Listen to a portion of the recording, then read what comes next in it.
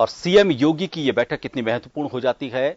किस तरह से निर्देशित किया गया है, खासतौर पर पुलिस को मजबूत करने की बात यहां पर सामने आ रही है। बातचीत करेंगे। उत्तर प्रदेश से जन टीवी के सलाहकार संपादक अरुण मिश्रा जी हमारे साथ जुड़ चुके हैं। अरुण जी,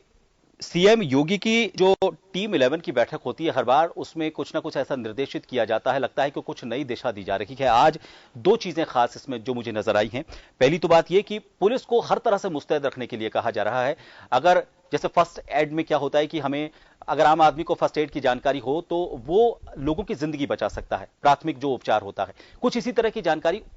और कुछ इस तरह की संभावनाएं कोरोना के मद्देनजर उनको तैयारियों को लेकर दी गई है। दूसरी बात, वहां पर जो बेड की क्षमता है और इसके अलावा जो टेस्टिंग है उसकी क्षमता को बढ़ाने को लेकर भी निर्देशित किया गया है। इसके अलावा क्या कुछ खास बातें टीम 11 के साथ वहां पर डिस्कस की गई हैं, जो कि न सिर्फ कोरोना से मुकाबले के लिए बल्कि हमारी स्वास्थ्य और सुरक्षा, इन दोनों महकमों को मजबूत करने के मकसद से नजर आती हैं? जी, आपने बिल्कुल सही कहा। और प्रधानमंत्री जी की मुख्यमंत्रियों के साथ बैठक के पश्चात उत्तर प्रदेश के मुख्यमंत्री योगी आदित्यनाथ जी ने जो बैठक ली, उस बैठक में अपने अधीनस्थों सहित जो विभिन्न प्रशासनिक अधिकारी हैं उनको निर्देशित किया। और सबसे बड़ी चीज ये रही इसमें कि आप ये देखेंगे कि जो कोरोना का विषय है और खास करके प्रवासी श्रमिकों का विषय है, ये दो विषय काफी महत्वपूर्ण और गंभीरता से लगभग सभी प्रदेश सरकारों द्वारा लिए जा रहे हैं। और खास करके उन प्रदेश सरकारों द्वारा विशेष तौर पे लिया जा रहा है जैसे कि यूपी या अन्य प्रांत जहां से प्रवासी मजदूरों की संख्या ज्यादा तादाद में दूसरे प्रांतों में जाया करती थी। तो विशेषकर यूपी में स्थिति को दृष्टिगत रखते हुए तात्कालिक तौर पे जो कदम उठाए जाने चाहिए थे, उस ठोस कदम को उठाया गया। सबसे पहले तो जो व्यवस्थाएं की जानी चाहिए थी कि उनकी क्वारंटाइन की व्यवस्था हो, उनकी परीक्षण की व्यवस्था हो, और सबसे जरूरी और आवश्यक यह था कि उनके भरण पोषण की व्यवस्था की जाए। इस क्रम में जो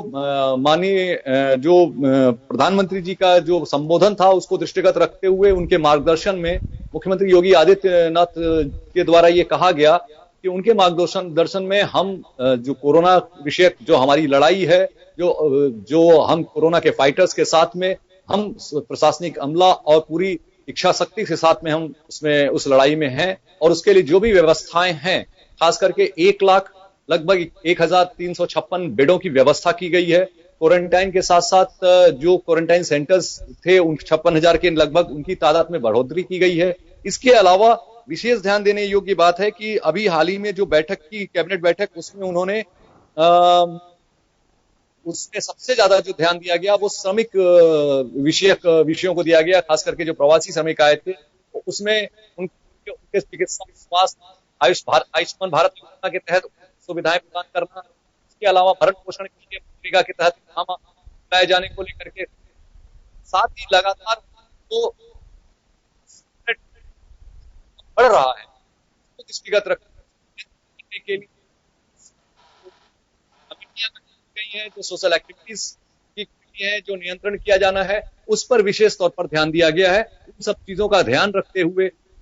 पूरी तरह से एक तरीके से ये कहा जा सकता है कि कोरोना और प्रवासी श्रमिकों के साथ आम जनमानस से को सुरक्षित रखने के कोरोना से और उसके दैनिक दिनचर्या के साथ साथ विकास की जो सरकार की जो प्राथमिकताएं हैं उनको पूरा करने के साथ साथ एक तरफ विकास, दूसरी तरफ आवश्यकता के अनुरूप आवश्यक जो व्यवस्थाएं हैं सुलभ कराना, और तीसरी तरफ आम जनमानस सुविधा में कोई दिक्कत नहीं होने पाए उसका विशेष तौर पे ध्यान रखते हुए विभिन्न व्यवस्थाएं की गई हैं। उनको सुदृढ़ करने हेतु निर्देश दिया गया है। प्रधानमंत्री जी के निर्देशन के अनुसार मुख्यमंत्री उत्तर प्रदेश के योगी आदित्यनाथ के द्वारा प्रशासनिक अधिकारियों को और 11 सदस्यीय अपनी कमेटी और विशेष जो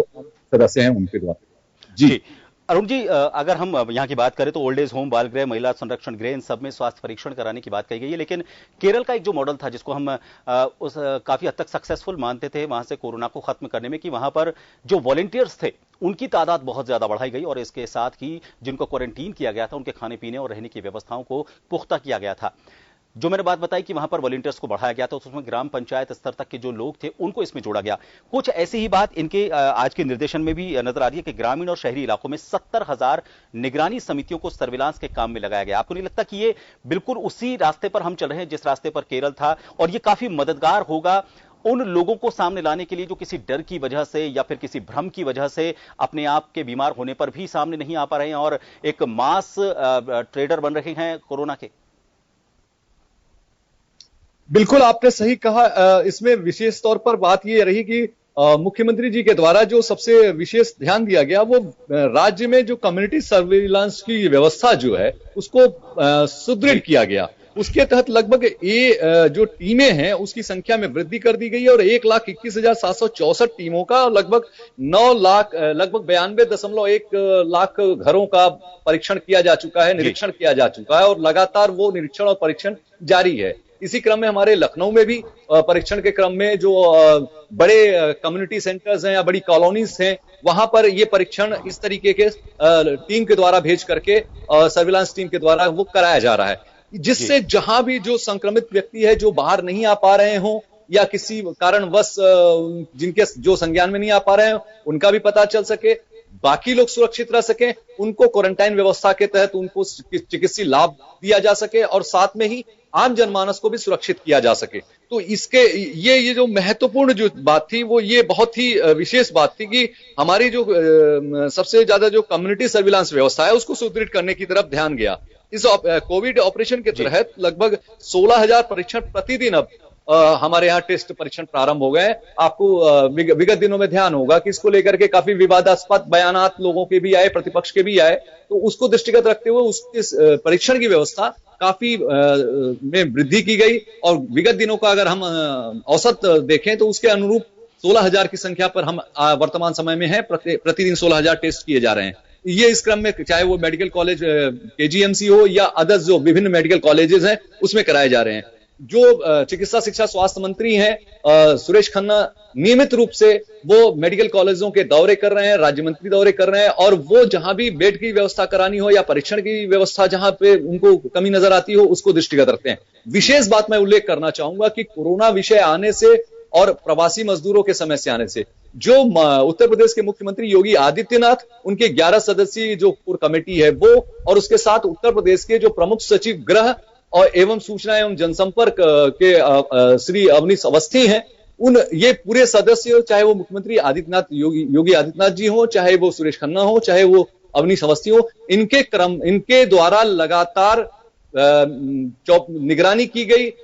इवन ये स्थितियां भी ऐसी निर्मित हुई कि कई बार ऐसी परिस्थितियां भी आई कि देर रात तक इन्हें ऑफिस में भी बैठना पड़ा। तो ये कहना होगा कि मॉनिटरिंग व्यवस्था अपनी तरफ से सरकार जो करना चाहती है वो उसके लिए वो कृत संकल्प नजर आ रही है। दूसरी तरफ आम जनमानस को भी इस तरफ अग्रेसित होना होगा, उसको भी इस बात का ख्याल रखना होगा कि ये बीमारी ये वैश्विक बीमारी है, ये किसी राज्य या किसी प्रदेश स्तर की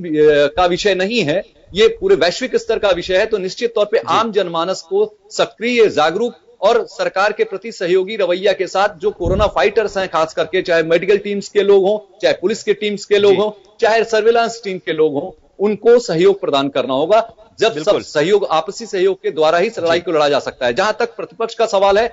सवाल उठाना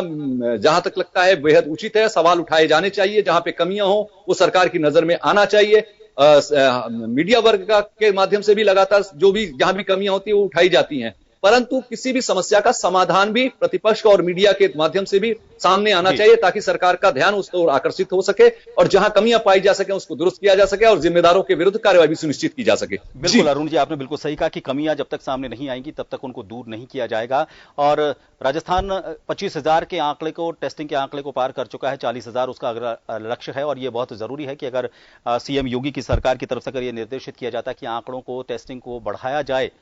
तो फिर बहुत जल्द वहां के जो आंकड़े हैं जो तेजी से बढ़ते हुए सामने आ रहे हैं